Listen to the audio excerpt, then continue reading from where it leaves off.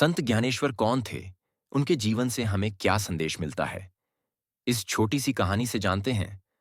बहुत समय पहले महाराष्ट्र की पावन भूमि पर एक बालक जन्मा। नाम था ज्ञानेश्वर। उम्र छोटी थी, पर आत्मा अनंत की गहराइयों को छू चुकी थी।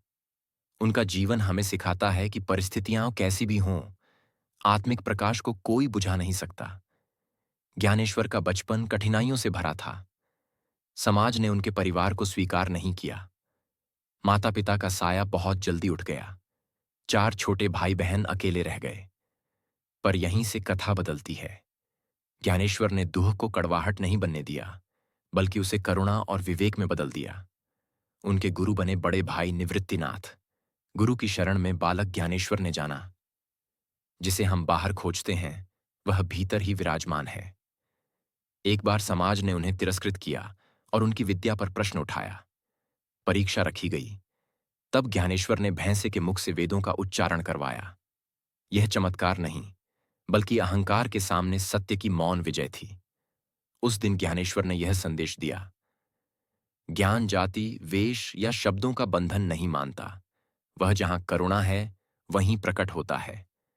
ज्ञान को जन जन तक ज्ञानेश्वर ने भगवत गीता जैसे गूढ़ ग्रंथ को जनभाषा में उतार दिया। ज्ञानेश्वरी के माध्यम से उनका उद्देश्य था कि ईश्वर केवल विद्वानों तक सीमित न रहे, बल्कि किसान, मजदूर, स्त्री, बालक सब तक पहुंचे। उन्होंने सिखाया, भक्ति बिना ज्ञान अंधी है, ज्ञान बिना भक्ति रूखा है। दोनों मिलकर ही जीवन को पूर्ण बनाते हैं। केवल 21 वर्ष की आयु में ज्ञानेश्वर ने आलंदी में जीवित समाधि ली। यह मृत्यु नहीं थी, यह जीवन की पराकाष्ठा थी, जहां देह रुक गई और चेतना अनंत में विलीन हो गई।